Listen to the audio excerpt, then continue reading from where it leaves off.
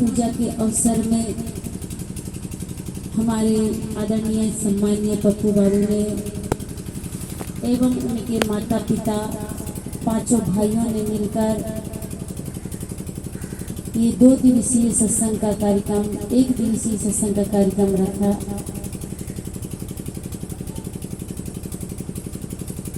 बहुत बातें होती हैं सत्संग में और बहुत बातें हम सुनते भी हैं, समझते भी हैं, पर हम बातों को अपने जीवन में उतार नहीं पाते, इसलिए बातें केवल बाहर रह जाती हैं। सत्संग 2 प्रकार का होता है, एक होता है आंतरिक सत्संग और एक होता है बाहरी सत्संग। बाहरी सत्संग तो बहुत आदमी करता है, जहाँ कहीं सत्संग हुआ जाके बैठ गए, हो गया सत्संग। लेकिन बाहरी सत्संग के साथ साथ हमारे जीवन में आंतरिक सत्संग भी जरूरी है। और अगर आंतरिक सत्संग नहीं हो रहा है, केवल बाहरी सत्संग हो रहा है, तो उससे फल मिलने वाला नहीं है। बहुत आदमी कहता है कि फल मिल क्यों नहीं रहा है, इसका मतलब हम कहीं न कहीं झूठ कर रहे हैं। पिछले जन्म में आपने कैसा कर्म किया था, पिछले जन्म में आपने क्या कर्म किया था, कैसे कर्म किया था, पाप किया था कि पुण्य किया था, क्या आप जान सकते हैं?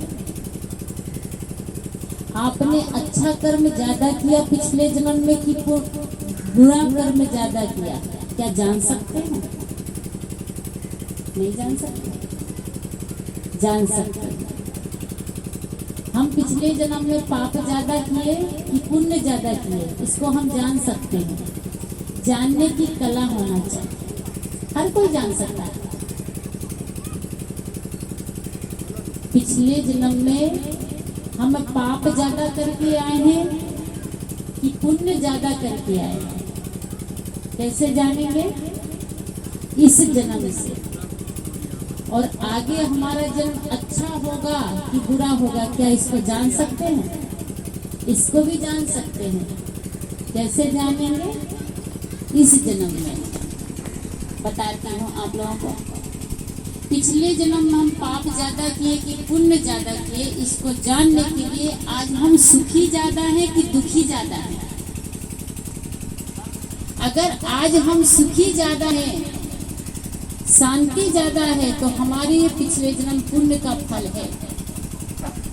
और अगले जन्म में हमको, आने वाले जन्म में हमको सुख मिलेगा कि दुख मिलेगा, कैसे पता चलेगा?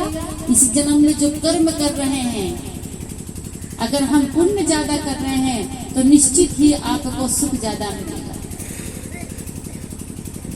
और अगर आप पाप ज्यादा कर रहे हैं तो निश्चित ही आपको अगला जन्म में दुख ज्यादा मिलेगा। तो जान गए ना? हम लोग कह रहे थे अभी कि पिछले जन्म में पाप किए कि पुण्य किए, नहीं पता। वर्तमान का कर्म देख के, प्रारब्ध को देख के, जैसे कि धुआं को देखकर आग का अनुमान लगाते हैं, वर्तमान स्थिति को देखकर भूत का अनुमान लगाया जाता है।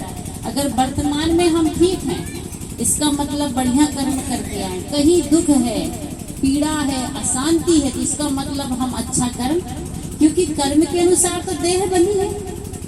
और आने वाला जन्म भी हमारे आज के कर्म पर ही अगला जन्म निश्चित होगा। तो कैसे होगा अगला जन्म, कैसे जानेंगे? आज हम अपना अनुमान लगाए कि कितना प्रतिशत हमारे जीवन में पाप है, कितना प्रतिशत पुण्य है। आप लोग कहेंगे कि हम लोग तो चोरी, हिंसा, व्यभिचार नहीं करते, 10 दोषों का त्याग कर दिए हैं, हम लोग तो शुद्ध शाकाहारी हो गए हैं, रोज स्तुति विनती करते हैं, हम लोग तो बढ़िया जन्म जिएंगे अगला जन्म में। लेकिन सिर्फ स्तुति विनती करने से, सत्संग सुनने से, भजन और प्रवचन करने से कोई अगले जन्म में बढ़िया जीवन जिएगा, ये कोई गारंटी नहीं। अब बोलिएगा क्यों? क्योंकि स्तुति विनती और सत्संग तो 1 या आधा घंटा का होता है।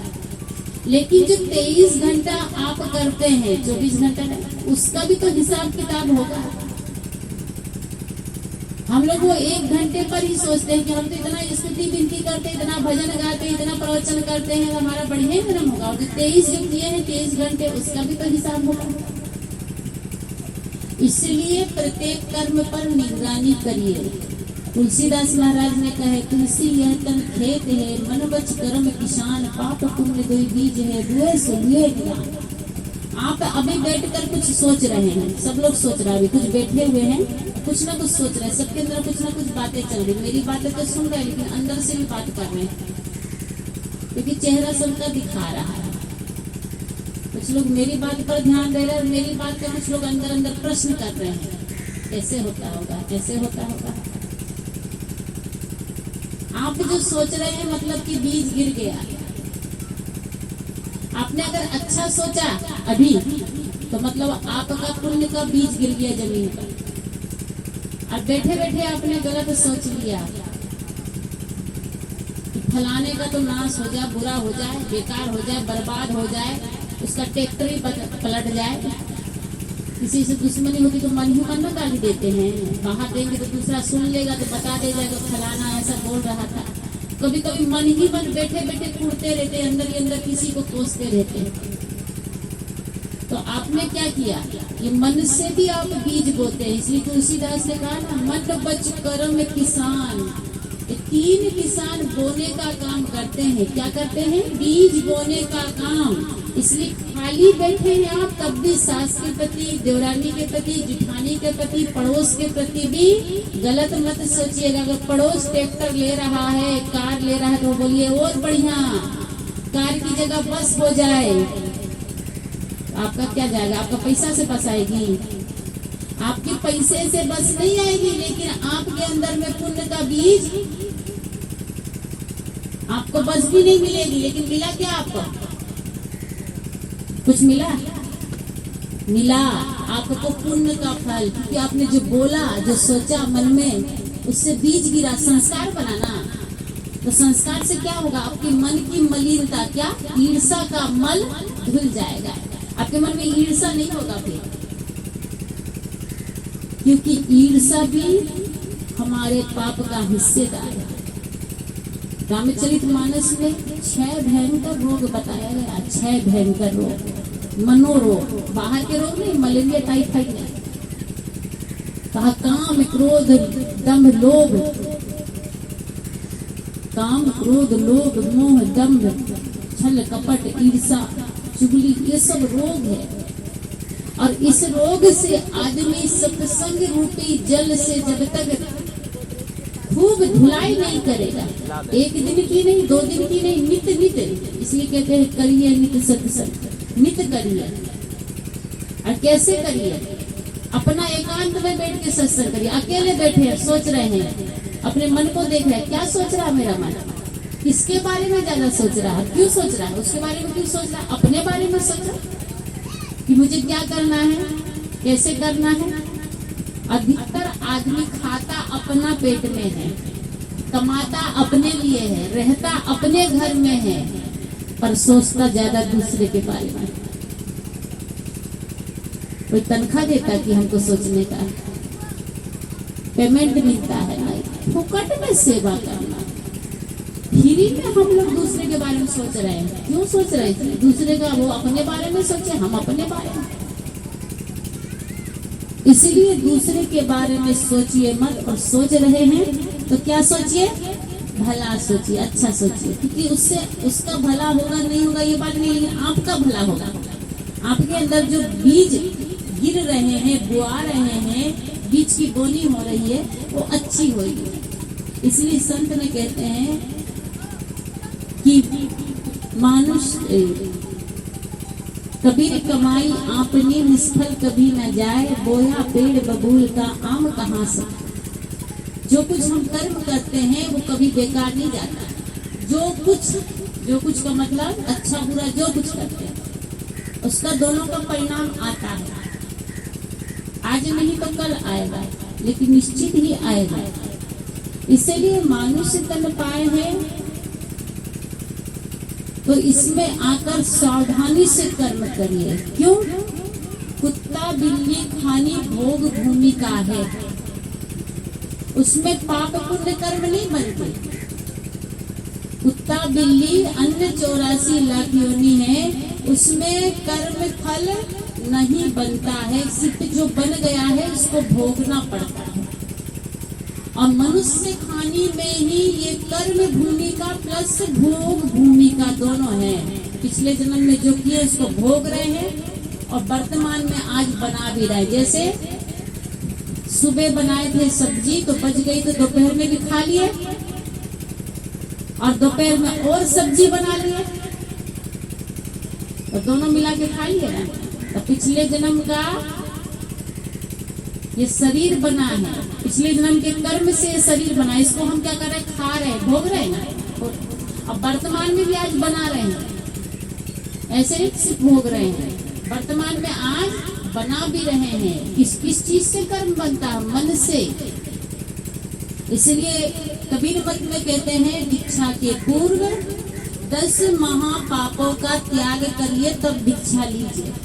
बहुत आदमी ऐसे भी देखने को मिलता, दीक्षा ले लिया है पर 10 महापाप में 5 को तो त्याग दिया। कहा चोरी नहीं करेंगे, व्यभिचार नहीं करेंगे, हिंसा नहीं करेंगे, मोटे मोटे देखिए झूठ बोलना नहीं छोड़े, छल कपट करना नहीं छोड़े, ठगी बेईमानी करना नहीं छोड़े। एक आदमी कह रहा था, साहब फलाना आदमी तो वैष्णव है, कंठी माला भी ले लिया है, गुरु महाराज से नामदान भी ले लिया, लेकिन बेईमानी और ठगी करता है। जब उसके दुकान में तोल कर सामान लेते हैं या देते हैं तो 50 ग्राम कम ही तोल के देता है। अब बताइए हम सत्संगी होके 50 ग्राम में नियत हमारी डोल जाए तब तो हम बाहर के सत्संगी हुए, ऊपर ऊपर, अंदर के नहीं। ये 50 ग्राम किसके लिए बचा रहे हैं? बेटा के लिए। लेकिन अपने लिए क्या कर रहे हैं? हम नर्क का द्वार खटखटा रहे हैं, नर्क का दरवाजा खोज रहे हैं। बेटा के लिए तो धन जोड़ते जाएंगे, लेकिन अधर्म का पाप का हम गठरी अपने सिर पर लेकर जाएंगे। बेटा वो गठरी उठाने वाला नहीं है, बहू वो गठरी उठाएगा नहीं, वो तो केवल आपकी धन की गठरी उठाएगा कि बाबूजी ने कितना जोड़ा है वही खाता लाओ और जल्दी जल्दी बराबर बराबर हिस्सा कर दो। पिताजी का धन का मालिक हम ही हैं। इसलिए बेटा के लिए, बेटी के लिए, बहू के लिए, पत्नी के लिए कभी अपने हाथ से पाप मत कीजिए। क्यों? क्योंकि पूरा परिवार धन का हिस्सेदार है, पर आपके पाप पुण्य के भोगने का हिस्सेदार नहीं है। तो हम आज यहाँ तक बैठे हुए हैं, सत्संग तक पहुँच गए हैं, इसका मतलब हमने कुछ ना कुछ पुण्य किया था। ये साफ साफ दिख रहा, क्योंकि संत ही बोलते हैं कि भक्ति बीज पलटे नहीं, जो जुग हो अनंत, ऊंच नीच घर अवतरे, रहे संत की संत। हम चाहे झोपड़ी में जन्मे हैं, चाहे गरीब के घर जन्मे रहे, चाहे नीची जाति में जन्मे। बहुत लोग जातिवादी का भी बांटते हैं। कबीर साहब कहते हैं कि जातिवादी कुछ नहीं होती, मानव मात्र एक समान। जो हाड़जाम आप में है वो हम में भी है। लेकिन बहुत आदमी आज भी छुआछूत मानते हैं, नीची जाति ऊंचे जाति। संत कहते हैं कि ऊंच नीच घर जन्म ले, चाहे रविदास मोची घर जन्म ले, लेकिन वो संत ही रहेंगे, क्योंकि उनके अंदर संत का संस्कार है। इस संस्कार ही हमको आगे खानी है। इसलिए कहते हैं कि वर्तमान में बरतो भाई, भूत भविष्य सब देव भाई। वर्तमान स्थिति को सुधार लीजिए, इससे आपका अगला जन्म सुधर जाएगा। अगला जन्म सुधारने का और कोई साधन, हम चाहते थे कि अगला जन्म बढ़िया हो, अच्छा हो, पर कहने से नहीं होगा, करने से होगा। और ज्यादा है तो हाथ जोड़ के कहते हैं भगवान अच्छी गति मुक्ति दीजिएगा। भगवान के हाथ में है, भगवान के हाथ में नहीं है। भगवान के हाथ में होता तो नरक में क्यों डालता? सबको स्वर्ग पहुंचा देता, सब खुश रहे, क्योंकि सब तो लड्डू चढ़ाता, सब नारियल चढ़ाता है, सब व्रत करता है, तो सबको स्वर्ग पहुंचा देता है। कसाई भी जब दुकान खोलता है तो 2 अगरबत्ती लगा के पूजा करके कहता भगवान बढ़िया दुकान चलाई है, तो भगवान उससे भी प्रसन्न होता है। भगवान किसी को दुख सुख नहीं देता, किसी को नर्क स्वर्ग नहीं देता है। सभी प्रार्थना करते हैं भगवान से। एक आदमी के अंतिम संस्कार में गया, गांव में कोई खत्म हो गया था, तो एक आदमी के अंतिम संस्कार में गंगा घाट में गया। तो जब गंगा घाट किनारे में जाने लगा तो थोड़े से 10 कदम इधर पर एक दुकान बनी हुई थी और सुबह सुबह का समय था, 8 बज रहा था। इधर कंधे में रखकर लोग ले जा रहे थे कि राम नाम सत्य है, सबकी यही गति है। अब पीछे पीछे सब लोग बोलते बोलते चल रहे थे। तो वो आदमी भी जो शामिल हुआ था अंतिम संस्कार में जाने के लिए, वो भी पीछे पीछे चल रहा था। तो चलते चलते मनुष्य का नजर होता है, इधर उधर देखता ही है। तो बगल में देखा कि एक दुकान खुली हुई है और उस दुकान में भगवान की फोटो लगी है और एक आदमी आरती उतार रहा है। तो सभी लोग पहले दुकान खोलते हैं तो 2 अगरबत्ती लगा के शुरू करते हैं कि भगवान दुकान बढ़िया चले। यही प्रार्थना करते हैं, भगवान दुकान बढ़िया चले, पड़ोसी से ज्यादा माल हमारा सप्लाई हो, उससे ज्यादा बरकत हमारी हो, उससे ज्यादा ग्राहक हमारी दुकान में आए। अब बगल वाला भी यही बोल रहा है, जो आप बोल रहे हैं ना, बगल वाला भी दुकान खोला वो भी यही कह रहा कि भगवान मेरी दुकान ज्यादा चले, उससे ज्यादा, अब मेरी दुकान में ज्यादा ग्राहक आए, ज्यादा बरकत हो। अब दोनों यही बोल रहे, दोनों भी अगरबत्ती लगा रहे हैं, दोनों ही बढ़िया से प्रणाम कर रहे हैं। भगवान किसकी दुकान में ग्राहक पहुंचाएगा? तो वो जो दुकान वाला था अगरबत्ती लगा के कह रहा था मन ही मन धीरे धीरे कि हे भगवान मेरी दुकान बढ़िया से चले। तो जो अर्थी के पीछे पीछे चल रहा था वो आदमी देखता कि दुकान तो पूरी खाली है, अगर चलेगा तो कौन चीज चलेगा इसका? दुकान में एक सामान नहीं है, कोई गिलास नहीं है, ना कोनो साबुन निरमा तेली, कोई चीज नहीं, खाली दुकान, एक कुर्सी रखी उसके बैठने की बस। और बोल रहा है अगरबत्ती लगा कि भगवान हे विश्वकर्मा महाराज हमारी दुकान बढ़िया चले, ग्राहक बढ़िया आए, सामान बढ़िया सप्लाई हो। उस आदमी ने सोचा सामान तो कुछ नहीं दिखता और प्रार्थना इतना कर रहा है, आखिर में कौन सामान बेचता है? अर्थी में चल रहा, सोचते जा रहा कि चलिए पहले ये अर्थी का हम लोग अंतिम संस्कार कर देते हैं, वापसी में आकर थोड़ा सा पूछ लेंगे कि कौन सामान के लिए आप इतना प्रार्थना कर रहे हैं भगवान से। वापसी में आया, आके बैठा, कहा भाई जी अभी 1 घंटा पहले हम अंतिम संस्कार के लिए जा रहे थे, उसी समय आपने अपना दुकान का शटर खोला और अगरबत्ती लेके भगवान से प्रार्थना कर रहे थे कि भगवान मेरी दुकान बहुत बढ़िया चलना चाहिए, खूब बरकत होना चाहिए, बढ़िया ग्राहक आना चाहिए। अब हमको आपके दुकान के कॉम्प्लेक्स में, ये कमरा का कॉम्प्लेक्स, उसमें कोई सामान नहीं दिखता, आखिर आप बेचते क्या है? जो भगवान से प्रार्थना कह रहे थे कि हमारा सारा माल बिक जाए। उस आदमी ने कहा भाई देखिए सीधी सी बात है, मेरा जो दुकान है वो किसके किनारे है? कहा गंगा घाट के किनारे। तो कहा गंगा घाट के किनारे आदमी आएगा कौन सामान लेने के लिए? यहाँ पर जो काम होगा उसी सामान की जरूरत न पड़ेगी। यहाँ कौन काम होता है? कहा मुर्दा जलाने का काम, लाश जलाने का काम। उस आदमी ने कहा तो सीधी बात है, मेरी दुकान में मुर्दा जलाने के लिए, जलावन के लिए लकड़ी बिकती है, गोठा बिकता है और मेरी दुकान उसी से चलती है। इसलिए भगवान से कह रहा था भगवान बढ़िया से लकड़ी बिके, ग्राहक ज्यादा है, गोठा ज्यादा बिके। उस आदमी ने माथा ठोक लिया, कहा हे भगवान तुम्हें पता है तुम कौन चीज बोल रहे हो? कहा मैं जानता हूँ, लेकिन मुझे उससे मतलब नहीं, मुझे तो लकड़ी बेचने से मतलब, मैं तो भगवान से कहूँगा। कहा कि लकड़ी तभी बिकेगी भगवान अगर तुम्हारी सुन ले, तो मुर्दा ज्यादा आएंगे। मुर्दा जब ज्यादा कब आएंगे? जब आदमी ज्यादा मरेगा। तो भगवान मार मार के भेजेगा क्या? भगवान मार मार के भेजेगा। अगर आपकी प्रार्थना भगवान सुन ले, खुश हो जाए, तो भगवान मार के भेजेगा तभी ना ग्राहक ज्यादा आएगा। तो भगवान किसी की नहीं सुनता है। कभी मत सोचिएगा कि भगवान सुन रहा। ऊपर वाले के पास मोबाइल नंबर नहीं है और न फोन है। अब आप लोग बोलेगा नहीं, ऐसे मन ही मन आवाज पहुंच जाती है। अगर मन ही मन आवाज पहुंच जाती है ना, ये बलात्कारी जब बलात्कार करते हैं तब भी लड़कियां चीखती है। अभी कलकत्ता में जो कांड हुआ आप लोग जानते होंगे न्यूज में, एक डॉक्टर लड़की, उसके साथ 5 लड़कों ने मिलकर बलात्कार करके उसका मर्डर कर दिया। हाथ पैर गर्दन सब काट पीट तोड़ दिया।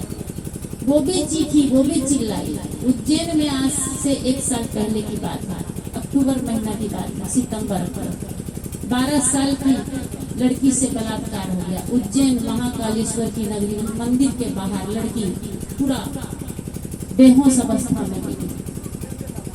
तब भगवान कहाँ, क्या सो में चले गए थे, क्या बहरे हो गए? कोई भगवान कभी नहीं सुनता। मंदिर से चोरी हो जाती है, मूर्ति गायब कर देता आदमी। मूर्ति अगर चांदी सोने की रख दिया जाए मंदिर में, ताला ना लगाया जाए तो मूर्ति भी चोरी हो जाती है। जब भगवान अपनी रक्षा स्वयं नहीं कर सकता तो क्या आपकी रक्षा करेगा? इसलिए मत कहिए कि हे भगवान ऐसा कर दीजिए, हे भगवान वैसा कर दीजिए। भगवान कुछ करता नहीं है, कि फिर आदमी तो सब प्रकार का कहने वाला होता है, भगवान उसका नाश हो जाए। एक बार 2 तपस्वी तपस्या कर रहे थे, शंकर भगवान का जाप कर रहे थे, ओम नमः शिवाय, ओम नमः शिवाय। अब भोले बाबा प्रसन्न हो गए। दोनों तपस्वी ने कहा कई सालों से बैठकर इतना तपस्या कर रहे हैं, मेरे मंत्र का जाप कर रहे हैं, जाके दर्शन दे देता हूँ। इतने परम भक्त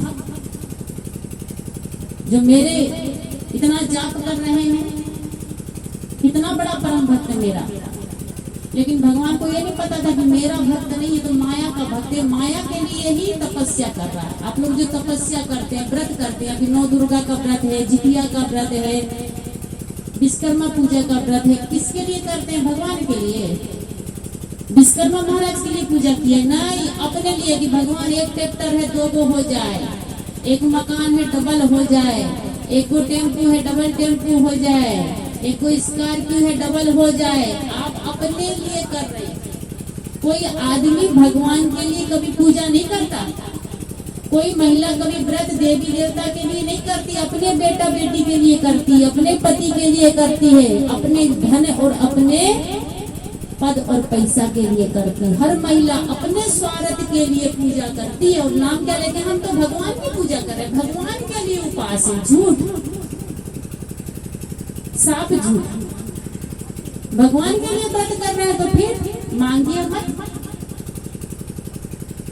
आप तो दिन भर भूखे रखे थे, भगवान बाल बच्चे को बढ़िया रखिए, ठेका किसको दिए? पैदा आप कीजिए। बेटा बेटी पैदा आप कीजिए और ठेका किसको दीजिए बढ़िया रखने का? भगवान को। भगवान देखिए हमारे बाल बच्चे को बढ़िया रखिएगा। अब 1-2 बच्चे होते तो रख लेते, यहाँ तो कई करोड़ बच्चे हैं। इसलिए भगवान कहते हॉस्पिटल बना हुआ, बीमार होंगे तो हमारे पास मत लाइएगा, हॉस्पिटल पहुंचाइएगा। सही बात की गलत? बेटा बेटी बीमार होते तो भगवान ठीक करते हैं? कौन ठीक करता है? डॉक्टर आता है, सुइया देता, दवाई देता, उससे भी ठीक नहीं हुआ तो फिर राम नाम सत्य। कोई भगवान बचा पाया? कोई छठी मैया, कोई जितिया मैया? फिर भी ये महिला समय की जितिया आने दीजिए, मत पूछिए। संत मत में दीक्षक है, दीक्षा ले लिए पर एक रत्ती शिक्षा नहीं।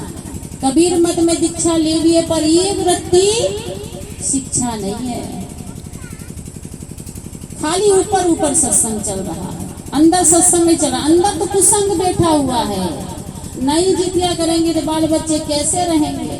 मैं कहती कई बार कि देखिए मुस्लिम बहन होती 1 दर्जन बच्चा होता है, गिनती से नहीं, दर्जन से भी ऊपर हो जाता है। बिना जितिया का, बिना छठ का बढ़िया रहता है। ना रामायण में लिखा है जितिया कीजिए, न गीता भागवत में लिखा है, न 4 वेद 6 शास्त्र 18 पुराण में लिखा है। ये किसने बनाया? जितिया को देखा कभी? इसके बाद में भी तो बेटा बेटी मर जाते हैं। क्या गांव में कभी किसी का बेटा बेटी खत्म हुआ कि नहीं हुआ? आज तक हुआ कि नहीं? इस गांव में किसी का आज तक किसी का बेटा खत्म ही नहीं हुआ है। ऐसा हो नहीं सकता, ऐसा गांव ही नहीं होगा दुनिया। आज तक किसी का बेटा खत्म नहीं हुआ हो, ऐसा होगा इस गांव में? हुआ? ऐसा कोई गांव नहीं जिसमें किसी का बेटा नहीं खत्म हुआ हो, किसी की बेटी नहीं मरी। सबको मरना है।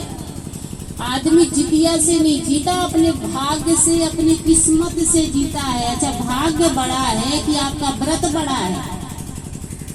किस्मत बड़ी है कि व्रत बड़ी है? किस्मत भाग्य बड़ा होता है, नसीब बड़ा होता है। और अगर व्रत बड़ा होता तो सीता राम का त्याग करके धरती में नहीं समाती। लवकुश को राम का प्यार मिल जाता, पिता का प्यार से वंचित रह गए दोनों बेटा, कभी पिता का प्यार नहीं पाए। ऐसा होता तो दशरथ को अपने पिता के वियोग, अपने पुत्र के वियोग में प्राण नहीं त्यागना पड़ता। कौशल्या भी व्रत कर लेती, बढ़िया बढ़िया पूजा कर लेती, लेकिन भाग्य नसीब बड़ा होता है, किस्मत बड़ी होती है, प्रारब्ध बड़ा होता है। ये लिखा था, और ये किसने लिखा था? ब्रह्मा ने कि विधाता ने? ये स्वयं सीता ने लिखा था। पति से वियोग क्यों हुआ वियोग, उसका भी बहुत बड़ी कहानी है। बोलेंगे तो फिर एक सत्र और लग जाएगा। ऐसे कोई बात नहीं, हमारे पप्पू भाई का टेंट माइक तो शाम को भी प्रवचन करेगा तो चलेगा, फ्री है, कोई इसका किराया तो लेगा नहीं। खास बात मैं कह रही, जो हम ये करते हैं कि व्रत से बरकत होएगी, पूजा से, ये व्रत से कुछ होने जाने वाला नहीं, मेहनत करने पर से होगा। व्रत कीजिए, पूजा कीजिए, मत काम में जाइए। आपका टेम्पो किराया से ना जाए, आपका ट्रैक्टर काम में ना जाए, आपका टेंट माइक किराए में ना जाए, लगा दीजिए ताला और बाहर पूजा करने बैठ जाइए विश्वकर्मा महाराज की, और अंदर टेंट माइक भर दीजिए। मत किराए से दीजिएगा, पेमेंट मिलेगा जी, 1 टका भी नहीं।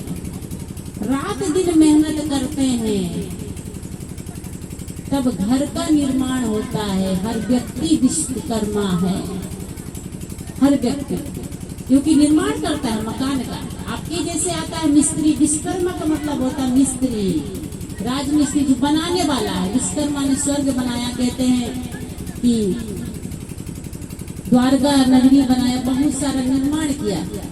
ऐसे आज के मिस्त्री बहुत चीज बनाते हैं। ताजमहल बनाया, कितने बड़े बड़े किला बनाते हैं, राजभवन बनाते हैं, बड़े बड़े मकान महल बनाते हैं। तो जो बनाता है उसको विश्वकर्मा कहते हैं। आज की भाषा में कहो तो मिस्त्री कहते हैं बनाने वाले को। लेकिन बनाता कब है? वो भी जब पैसा देता है।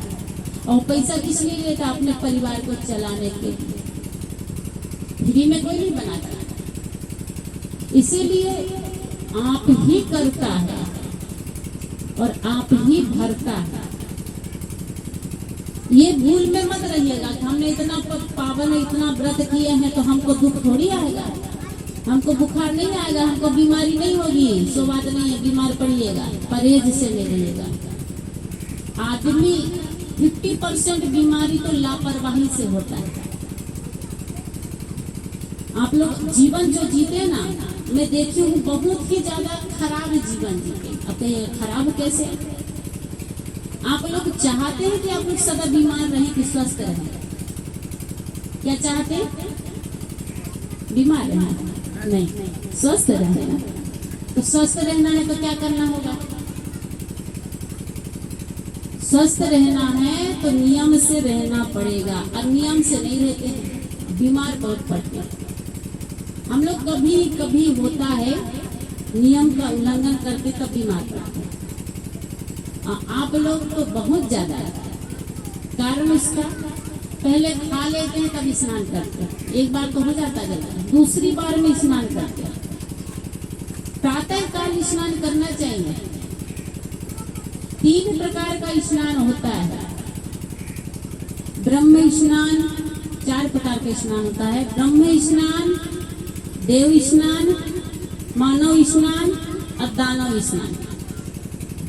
ब्रह्म स्नान ब्रह्म मुहूर्त में सूर्योदय से पूर्व 3 से 4 के बजे के बीच से ब्रह्म मुहूर्त कहते हैं। ब्रह्म मुहूर्त में जो स्नान किया जाता है उससे ब्रह्म स्नान किया जाता है, कहा जाता है। जैसे कि पहले के ऋषि मुनि होते थे तो ब्रह्म मुहूर्त में उठ के गंगा तट में जाके स्नान करते थे।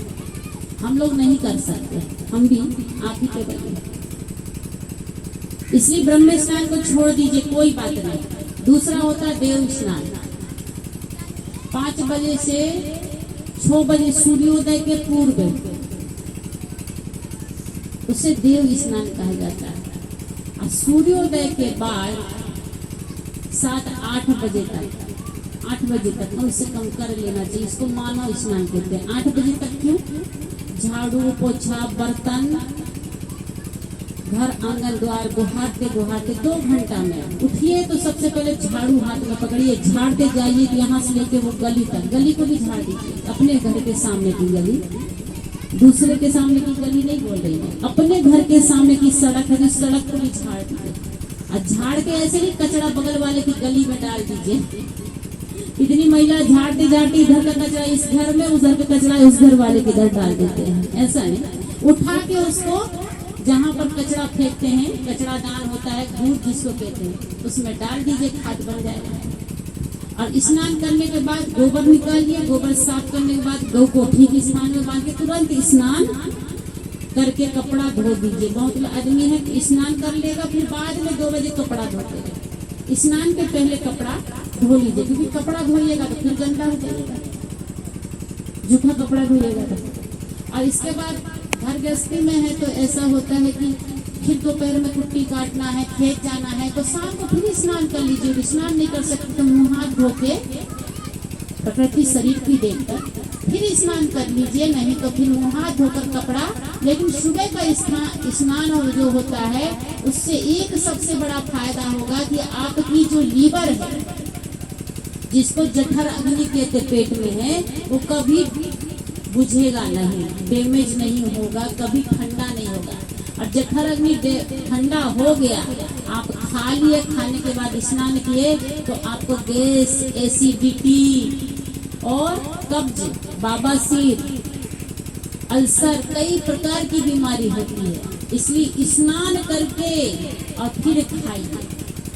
नाश्ता भी करते हैं स्नान करके। तो दूसरा स्नान है मानव स्नान और तीसरा है दानव स्नान। बहुत महिलाओं को देखी मैं बिहार में, छत्तीसगढ़ में तो महिलाएं सुबह से स्नान करती, वहां का दुनिया में मजदूरी करने जाएगी खेत में तो बिना स्नान किए नहीं जाएगी, भोजन बनाएगी, स्नान करेगी। हर कोई बूढ़ा बच्चा जवान सब सुबह 7 बजे तक सब स्नान हो जाता, 8 बजे तक सब खेत के लिए निकल जाता, वहां से आएंगे तो फिर स्नान करेंगे, स्नान करके ही खाते वहां के लोग। यहाँ पर महिलाओं को देखिए घर में बैठे, ना खेत जाना ना बाद जाना, तब भी बैठे बैठे गप करते करते इधर की उधर की सारे गांव की बात हो जाएगी, निंदा चुगली बढ़िया से कहेंगे हाँ अब पेट भर गया है, जाके स्नान पहले स्नान कर लीजिए।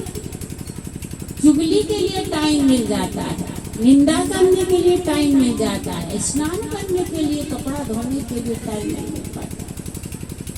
खा पी के बढ़िया से 4 बजे चापाकल में जाती है स्नान करने। यहाँ की महिला देखे 3-4 बजे के पहले तो कोई चापाकल में नहीं जाएगा स्नान करने। 4 बजे जब स्नान करने जाते हैं तो सोचिए वो दानव स्नान है। अब अपना अपना सोच लीजिए कि हम मानव स्नान करते हैं कि दानव स्नान करते हैं, उसका शरीर में वैसे ही प्रभाव पड़ेगा। इसीलिए प्रत्येक कर्म से हमारे पाप पुण्य बनते हैं। कोई पाप नहीं देता, कोई बीमारी नहीं देता है, कोई देवी देवता हमको रोगी नहीं बनाता, कोई हमारे देवी देवता हमको धन दौलत नहीं देता। मेहनत से इस घर के लोगों ने बढ़ते बढ़ते पूंजी बना लिए, आगे और बढ़ेंगे, मेहनत से बढ़ेंगे। किसी भगवान ने नहीं एक सूटकेस में लाके तो 4 लाख रुपया पकड़ा दिया, लीजिए जाके टेम्पो खरीद लीजिए। 1-1 टका जोड़ जोड़ के वो टेम्पो लाइक पैसा किया, मेहनत से बने। इसलिए कर्म ही पूजा है। तो मैं कह रही थी कि हम लोग जो कहते हैं कि भगवान देवी देवता बढ़िया रखते हैं, भगवान तो बढ़िया रखते तो भगवानों बीमार करते होंगे। हमारे खान पान से हम बीमार होते। तेल कम खाइए। पहले के लोग 1 लीटर तेल को 1 महीना चलाते थे। अब की बहुओं से पूछिए तो जरा घर में 1 लीटर तेल कितने दिन में खत्म हो जाता है? कहा हफ्ता मुश्किल से चलता है। अब 4 प्रकार की भुजिया सुबह शाम बनेगी तो तेल में पानी तो बचत करते हैं। अरे पानी तो फ्री मिलता है, घर के चापाकल का पानी बढ़िया से डाल के सिझाइए सब्जी। तेल तो खरीदना पड़ता है, इसलिए तेल कम यूज कीजिए। बहुत आदमी होता है तेल में ही सब्जी सिझाता है। अब तेल में खाइएगा तो खट्टी जगह रेसिपी बनेगी, पेट फूलेगा, गैस बनेगा, मन अलसा जाएगा, किसी चीज में मन नहीं लगेगा, आलसिया, सिर में दर्द होगा, घुटने में दर्द, कमर में दर्द, क्योंकि गैस बन गया। गैस जहाँ जहाँ जाएगा वहाँ दर्द उत्पन्न करेगा। गैस से ही सारा दर्द होता है। आटा बढ़िया खाइए, रोटी बढ़िया खाइए। पैकेट वाला आटा खाना छोड़ दीजिए। बहुत आदमी पैकेट वाला खाता है। क्यों खाता है? कहते कौन धोए, कौन पिसाए, कौन छाने दिए।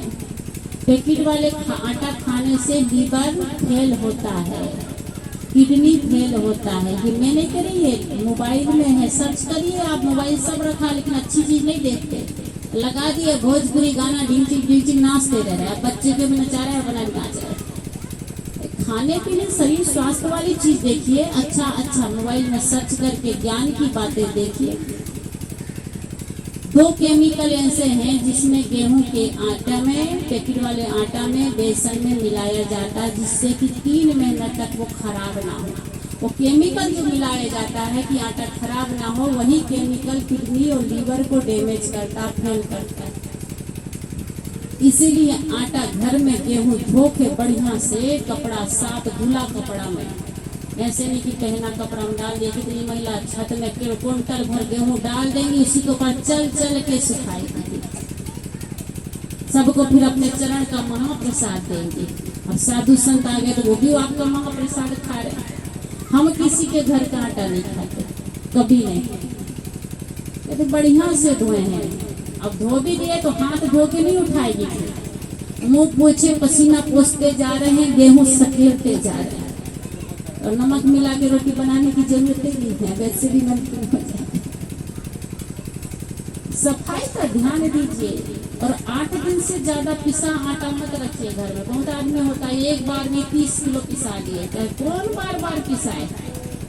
40 किलो एक ही बार में ड्रम में कस दिए पिसा।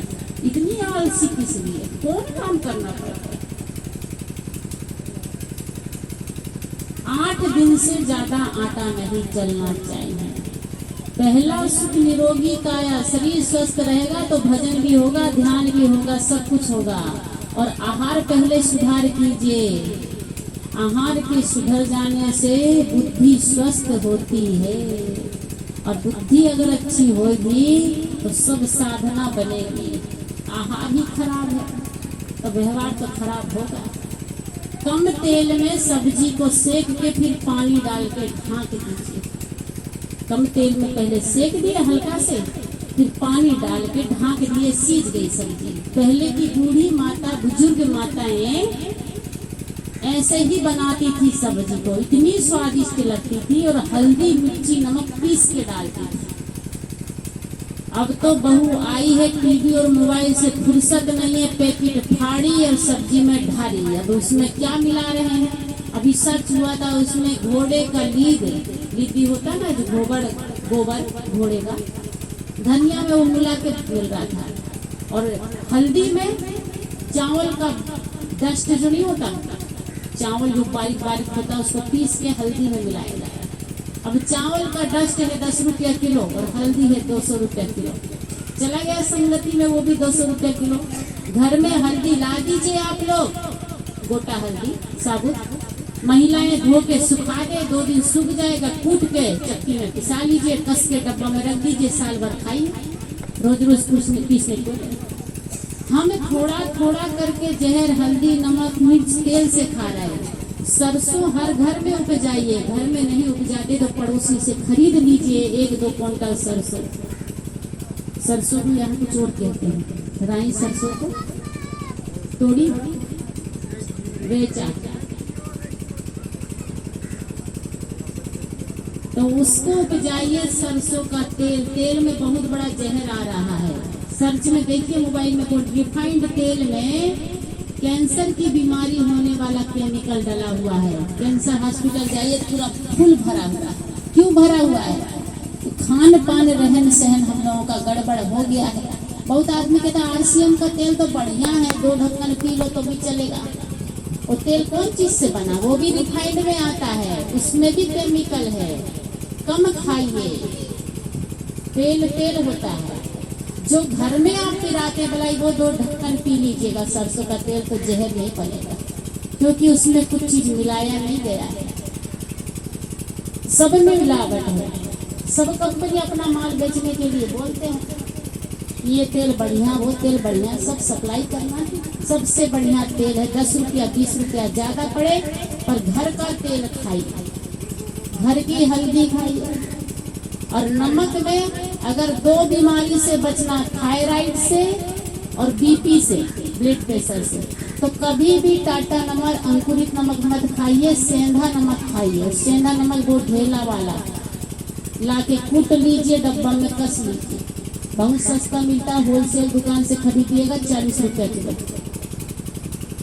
होलसेल दुकान से 25 रुपया का एक बोरा आता है, 40 रुपया किलो पड़ेगा। एक बार लाइए, 200-300 का तो साल भर फुर्सत। कहने का मेरा तात्पर्य है, साधना का साधन शरीर है। ये शरीर ही साधन है। चाहे इसको संसार में लगाना हो तब, भक्ति में लगाना हो तब, दोनों चीज में शरीर की जरूरत है। पहले शरीर को हम स्वस्थ रखें, बढ़िया रखेंगे, तभी इससे सब कुछ हो सकता है। शरीर बीमार है, मन अलसाया है, घुटने में दर्द, कमर में दर्द, आप सत्संग में नहीं बैठ पाएंगे, ना दुकान में बैठ पाएंगे, ना खेत जा पाएंगे, ना घर में खाना बना पाएंगे। जीवन अपने लिए, स्वयं के लिए नर्क बन जाएगा, दुखदायी बन जाएगा। इसलिए थोड़ा ध्यान दीजिए। पहले के लोग खाते थे सेंधा नमक नहीं, लेकिन ढेला वाला नमक खाते थे, गोल गोल इतना बड़ा बड़ा टुकड़ा आता था। हम देखें अपनी दादी को बेचती, दुकान चलाती थी वो, तो वो नमक बहुत शुद्ध था। इसलिए पहले के लोग मजबूत थे, स्वस्थ थे, हॉस्पिटल कम थे, बीमारी कम थी। अब का तो बच्चा जन्म लिया तो हॉस्पिटल में, और हॉस्पिटल से सुइया देते देते वो कब्र में चला जाता, तब तक उसका इलाज बंद होता है जी। कभी इलाज बंद नहीं होता है आज का बच्चा का। अब पेट से ही शुरू हो जाता है, जन्म में थोड़ी है। पहले ही पेट में 1 महीना का हुआ तो टीका लगाइए, 2 महीना का हुआ तो दूसरा टीका। कितना ही टीका लगा लीजिए, कितना ही करिए, लेकिन जब तक बाहर आके नियम का पालन नहीं करेंगे तब तक भोजन शुद्ध करिए। अंगूठी पहनकर, नेल पॉलिश लगाकर भोजन बिना स्नान के मत बनाइए। शुद्ध कपड़ा पहन के, वस्त्र पहन के बनाइए। भोजन बनाते समय बहुत गप मत कीजिए। लगे नहीं तो फोन में छलनी भी चल रही, फोन भी चल रहा। इतनी महिला को देखे, हाँ गाल में रोटी बेल रही। काम की बात कर लीजिए, रख लीजिए। हम लोगों का भी फोन आता है, रख देते हैं फोन। खाना बनाते तो फिर उठाते नहीं। भोजन हो गया तब उठा के सबसे कौन बात है पूछ लीजिए। हाल समाचार ले लीजिए नैहर का, और समाचार ले भी लीजिएगा तो क्या कीजिएगा? प्रॉब्लम हल तो नहीं कर सकते ना, खाली समाचार सुन सुन के बैठ के यहाँ रोते रहिएगा, जो भी घटना हो अच्छी बुरी। इसीलिए जीवन में कर्मों का बड़ा विशेष महत्व था। बात में शुरुआत की थी कि हमारे पिछले जन्म कैसा था, अच्छा था कि बुरा था, हमने ज्यादा पाप किए कि पुण्य किए, कैसे पता चलेगा? वर्तमान के आज के जीवन से। अगर आज हमको ज्यादा परिवार से सुख मिल रहा है, बेटा बेटी, बहू पत्नी, पति, सास ससुर से अच्छे हैं हम, तो इसका मतलब हमने अच्छा करके आए तभी ना अच्छा मिल रहा है। और आने वाला जन्म हमारा अच्छा होगा कि बुरा होगा कैसे जानेंगे? आज हम क्या क्या कर रहे हैं सुबह से शाम तक, और जन्म से लेके मृत्यु। तैयारी में सबको दिखा के स्तुति विनती करता है, सबको दिखा के ध्यान करते। देखिए हम स्तुति विनती करते हैं, आप लोग करते रहते हैं। देखिए हम ध्यान में बैठे आप लोग करते हैं, वो तो आप अपने लिए कर रहे हैं, दूसरे के लिए नहीं कर रहे। ध्यान है, सत्संग है, दान है, स्तुति विनती है। जो दान करे आप कोई ना देखे, वो तो आपके खाते में जमा हो गया। बहुत आदमी दिखाता है, दिखाने वाले में कहते हैं साहब थोड़ा अलाउंस कर दीजिए ना, 11 रुपये हम दान किए। अलाउंस करने के बाद में कहते कहीं लिखवा दीजिएगा 11 रुपया दान, ताकि लोग पढ़े। अरे भाई वो तो आपके खाते में चला गया, कोई लिखे चाहे ना लिखे, सुने चाहे ना सुने। इसीलिए वर्तमान में ही सारा हमारा भविष्य का निर्माण होता है। इसलिए वर्तमान को हम सुधारें, आज को सुधारें, कल हमारे हाथ में नहीं है। और करना कुछ बड़ी बात नहीं है। बहुत आदमी को सुनने में लग रहा बड़ा कठिन है, घर गृहस्थी में कैसे, कोई नहीं कठिन। आदत बन जाएगी तो बड़ा सरल लगेगा। अब कठिन क्या है, सोचना है। सोचिए, सोचने के लिए मना ही नहीं है, हम लोग भी सोचते, लेकिन अच्छा सोचेंगे। अब अच्छा सोचने के लिए कोई कठिन बात है नहीं, अच्छा सोचेंगे। चाहे देवरानी के बारे में सोचे, चाहे जेठानी के बारे में सोचे, चाहे सास के बारे में सोचे, चाहे ससुर के बारे में सोचे, चाहे बहू के बारे में सोचे तब भी गलत नहीं, चाहे भाई के बारे में सोचे अच्छा सोचेंगे, चाहे पड़ोसी के बारे में सोचे तो भी सोचना हमारा काम। बीज हमारा गिर रहा है, इसलिए वो अच्छा बीज गिरे, अच्छा सोचेंगे। वो अच्छा ना हो इसका कर्म, लेकिन हम अच्छा सोचेंगे, हम अपने संस्कार खराब नहीं करेंगे। सोचने से, बोलने से हम अच्छा बोलेंगे, बोलने से भी संस्कार बनता है। और अच्छा देखेंगे, अच्छा सुनेंगे, सब चीज अच्छा हो जाएगा तो हमारे पुण्य के कर्म ज्यादा हो जाएंगे। इसलिए हमको पाप पुण्य देने वाला कोई भगवान ऊपर नहीं है। सुख दुख देने वाला, बेटा बेटी देने वाला कोई ऊपर भगवान नहीं बैठा। किसी को 5 गो बेटा दे दे, 1 गो बेटी नहीं दे। कितनी महिला बेटी की तरसती, भगवान 1 गो बेटी तो दे देता, 5 गो बेटा दे दिया। और कितनी महिला आपके गाँव में ऐसी जिनको बेटी बेटी है, बेटा नहीं है, तरस रही है। भगवान ने ऐसा क्यों किया? भगवान ने भी अपने भाग्य में कोई बेटा लेके आया, कोई बेटी लेके आया। ये अपने नसीब से होता है, अपने कर्म से होता है। इसीलिए कहा है कि कबीर कमाई आपन कर्म न मेटो जाई। कबीर साहब ने कहा बीजक में कि आपन कर्म न मेटो जाई, कर्म का लिखा मिटे धोखे से, जो युग कोटि सिराई। गुरु वशिष्ठ मिली लगन सुधायो, सूर्य मंत्र की दीना, और जो सीता रघुनाथ बिहाई पलक संचन की।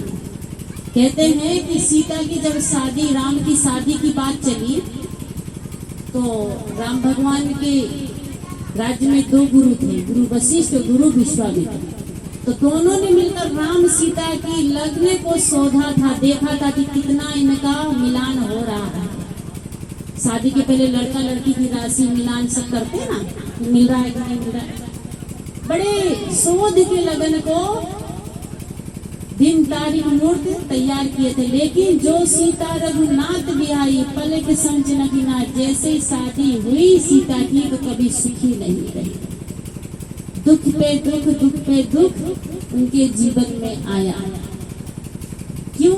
ये अपने कर्म से, अपना कर्म। इसलिए कबीर साहब ने कहा आपन कर्म ना मेटो जाई, अपना कर्म को कभी मिटा नहीं सकते। लोग कहेंगे गंगा में स्नान करने से पाप धुल जाता, वहां तो मिट जाएगा ना, तो वहां भी मिटने वाला। बहुत महिला गंगा स्नान करने जाती पर्व करने से पहले, जितना पाप किए धो लेते तब पर्व करेंगे। इसका मतलब आप लोग जानते हैं हमने पाप किए, इसका मतलब आप पापी हैं। जो गंगा में स्नान करने जा रही, इसका मतलब वो निश्चित ही पापी है। उस महिला को पापी कहिए कि पापी जा रही गंगा में स्नान करने, क्योंकि वो यही सोच के जा रही हमने जो पाप किया वो धुल जाए, तो पापी तो हुआ। और जब पाप ही नहीं किए तो गंगा में स्नान करने की कौन जरूरत है? रोज चापाकल के जल से स्नान कर रहे, रोज टोटी के जल से स्नान कर रहे। साफ शरीर को धोना है तो घर में ही धुल लीजिए ना। लेकिन नहीं, आप सोचें जो भी पाप किए गंगा में, गंगा क्या धुलेगी? ये हाथ पैर चाम ही ना धुलेगा। जब गंगा में जाते क्या धुलता है? शरीर ना धुलता है जी। अब पाप कहाँ है, शरीर में है कि मन में? मन में ना। तो क्या गंगा में स्नान करने से पाप धुल जाएगा?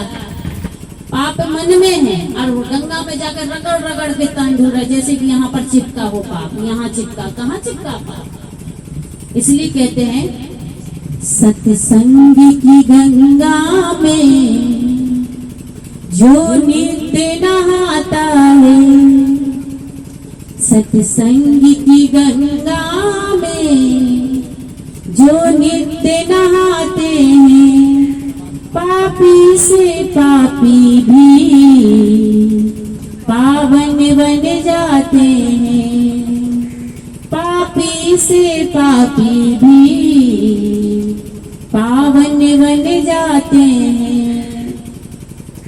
दुनिया में कोई गंगा जमुना गोदावरी सरस्वती नहीं है कि मनुष्य के पाप को धुल दे। ऐसा होता तो भारत देश में कोई पापी नहीं होता, क्योंकि भारत में भागलपुर में, कटिहार में, सुल्तानगंज में गंगा बह रही है, सब पाप मुक्त हो जाता। होता कि नहीं? दिमाग लगाए तो सोचे पापी क्यों है भारत देश में? जब गंगा है तो पापी होना ही नहीं चाहिए। रोज पाप करो, रोज साफ करो। पाप मुक्त देश सब स्वर्ग जाए, फिर नरक तो कोई भारत देश का आदमी जाएगा ही नहीं। सब यहीं गंगा में स्नान करके मरेगा तो कौन नरक जाएगा? कोई नहीं जाएगा। अगर नरक में जाएगा तो अमेरिका का आदमी जाए, चीन जापान का जाए, लंदन का जाए, यूरोप का जाए, क्योंकि वहां गंगा नहीं होती। भारत को तो कभी नरक जाएगा ही नहीं। लेकिन ऐसा नहीं है, यहाँ का आदमी भी नरक में, जो भागलपुर में किनारे में रह रहा, अगर पाप कर रहा है, घाट के किनारे, नदी के किनारे रह रहा, गंगा की नदी के किनारे अगर चोरी करेगा तो वो भी नरक में जाएगा कि जाएगा? अच्छा बताइए, जो गंगा के घाट के किनारे घर बना के रह रहे हैं, भागलपुर में देखा होगा अपने घर बने बहुत, अब वो लोग पाप करते होंगे, हिंसा का, चोरी का, व्यभिचार का, तो क्या वो लोग नरक में जाएंगे कि नहीं जाएंगे? ये बताइए। महिला लोग बताइए, जाएंगे कि नहीं? जो घाट में रह रहे हो लोग जाएंगे ना? तो आप जो स्नान करने जाते हैं कि हमारा पाप धुल जाए, तो उसका जब धुल नहीं रहा फिर आपका कैसे धुलेगा जी? आप लोग बोलते हैं वो पाप वो नरक जाएगा, बोलते ना, घाट में रह रहा वो भी नरक जाएगा। तो फिर आप लोग जो कभी कभी साल में जाते तो आप लोग जाइएगा कि नहीं? हम हो या आप हो, अगर गलत करेंगे तो साधु संत भी जेल जाने से बच जाता है। देखिएगा कितने संत भी जेल में है ना। हम भी अगर पाप करेंगे, चोरी, हिंसा, व्यभिचार, तो कोई हमको संत, कोई भक्त है, संत है, रोक नहीं पाएगा। कोई गंगा क्षमा नहीं करेगी। गंगा पुत्र भीष्म पितामह है ना जी, गंगा के पुत्र। गंगा के पुत्र कौन थे? भीष्म पितामह। वो भी अपने कर्म का फल भोगे। कैसे भोगे? जब उनको बाणों की सैया लगी थी, बाणों का सैया में सोए थे, पूरा बाण शरीर में लगा था, तब एक दिन कृष्ण भगवान सोचते हैं, अर्जुन से कहते हैं कि चलिए अब पितामह का लास्ट समय है, कुछ दिन बाद, 2-3 दिन बाद शरीर छूटना है, दर्शन करके मिल के आ जाते हैं। जब कृष्ण भगवान और अर्जुन गए भीष्म पितामह के पास में, तो भीष्म पितामह की आंखों से झरझर आंसू बहने लगे। कृष्ण को देखकर कहा, हे माधव, मैंने 6 जन्म तक ध्यान लगा के देख लिया कि मैंने कोई पाप नहीं किया हूँ, फिर मुझे किस जन्म का ये फल मिल रहा कि मुझे बाणों की सैया में सोना पड़ रहा है, पूरे शरीर में किस जन्म का पाप का फल भोगना पड़ रहा है। तब कृष्ण भगवान ध्यान लगा के देखते हैं कि 6 जन्म तक तो सचमुच में भीष्म पितामह ने कोई पाप नहीं किया, लेकिन 7वें जन्म में बालक के रूप में है, बच्चों के साथ खेलते खेलते जंगल में गए। जंगल में पेड़ में एक कीड़ा चल रहा था, उसमें बबूल का कांटा लेके चुभा रहे। बच्चों को बड़ा मजा आ रहा था कांटे चुभाने में। कई बार होते ना बच्चे किसी छिपकली को, मेंढक को देखते, कुछ देखते तो पत्थर लेके मारना शुरू कर देते। रोकिए, मत मारने। तो कृष्ण भगवान ने कहा कि 6 जन्म तक तो सचमुच में आपने पाप नहीं किया, लेकिन 7वें जन्म में आपने एक कीड़ा को कांटों से, बबूल के कांटों को चुभाया था। उसके शरीर में बबूल के कांटे छेदे थे, और उसी का फल है कि आज आपको ये बाणों की सैया में सोना पड़ रहा। जब गंगा पुत्र भीष्म पितामह को पाप नहीं धुला तो हम लोग तो किसी गंगा के माँ नहीं, हमको अपने पाप का फल भोगना पड़ेगा। इसलिए पाप का फल धोने की चिंता मत कीजिए, पाप फल हो ही ना, पाप कर्म हमसे हो ही ना, ऐसा करने के धोने की चिंता मत कीजिए, होए ना ये चिंता कीजिए कि कोई भी कर्म पाप नहीं। अरे खाइए पिए काम कीजिए, निश्चिंत रहिए। पाप कर्म क्यों होता? लोभ है, पाप का बाप लोभ में पाप होता है, मोह में पाप होता है। अधिक मोह अधिक लोभ। धन कमाइए, धन कमाना लोभ नहीं है। गाड़ी हो जाए, बंगला हो जाए, महल अटारी हो जाए, खूब बड़े आपका धन बरकत हो, लेकिन धन कमाने का जो हमारा कर्म है वो शुद्ध होना चाहिए। ठगी बेईमानी से नहीं, चोरी हिंसा से नहीं, लूट खसोट के नहीं, तब तो ठीक है, नहीं तो फिर कोई हमको बचा नहीं सकता। तो आप लोगों के मैंने समक्ष बताया कि पिछले जन्म में हम क्या थे। इसका मतलब हम अच्छे थे कि बुरे थे, अच्छा किया कि बुरा, ये वर्तमान समय है। आज कभी कभी हम सोचते कि हम कितने सौभाग्यशाली, हमने कितना जन्म का पुण्य किए थे कि हम आज संत के रूप में हैं। ये कोई सहज बात नहीं, संत जीवन मिला। 12 वर्ष की उम्र में हमको ज्ञान हुआ और 25 साल हो गए घर त्याग दिया। तो ये हमारे, तो हम सोचते आज हम क्या करें कि अगला जन्म और बढ़िया हो और अच्छा हो। 12 साल बाद छोड़े, अगला जन्म हमारा 2-4 साल बाद छूट जाए घर, ऐसा हो।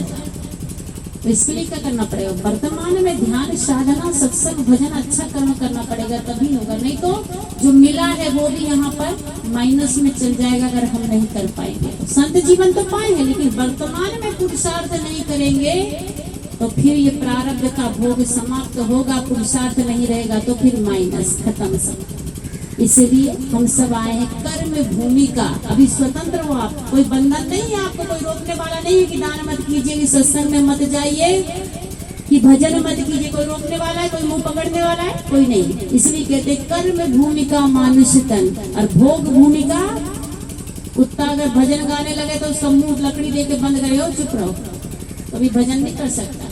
बिल्ली कभी बैठी शांत बैठी, उसको भी लोग मारेगा, उसको भी ध्यान नहीं करने देगा। लेकिन आदमी बैठा है ध्यान में, देखिए हल्ला मत करो, माता जी ध्यान कर रहे, सब शांत हो जाएगा। इसलिए जीवन बड़े सौभाग्य से मिलता है। ध्यान में, भजन में, सत्संग में, शुभ कर्मों में, अच्छे कर्मों में हम अपने जीवन को बिताएं, क्योंकि जो हम कर रहे हैं वो अपने लिए, किसी के लिए नहीं। अच्छा कर रहे हैं, बुरा कर रहे हैं, हम अपने लिए। तो हम अपने लिए जब अच्छा कर रहे हैं तो अच्छा करें। जैसे किसी के यहाँ घर बनाने जाते मजदूर लोग तो थोड़ा सा लापरवाही करते मिस्त्री भी, या कहीं देखा होगा सड़क बनती है तो कम मटेरियल में, क्योंकि ये सड़क सबकी अपनी नहीं ना है, सबका है। थोड़ा पैसा बचा के कम मटेरियल में सड़क बना दिए, या फिर भवन बना दिए, या फिर पुल बना दिए, टूटे जाए टूटे, हमको क्या करना है? हमारा अकेला थोड़ी है, हमको तो पैसा दे। लेकिन जब कहे कि ये सड़क आपके लिए बना रहे हैं, सिर्फ आप ही चल सकते हैं, तो बढ़िया से बनाएंगे इसको। घर कहेंगे नहीं आपके लिए है, तो कहेंगे बढ़िया 1 बोरी ज्यादा सीमेंट डालिए, अपने लिए कह रहे हैं ना। तो अपने लिए हम क्या चाहेंगे? थोड़ा मजबूत बने, बढ़िया बने।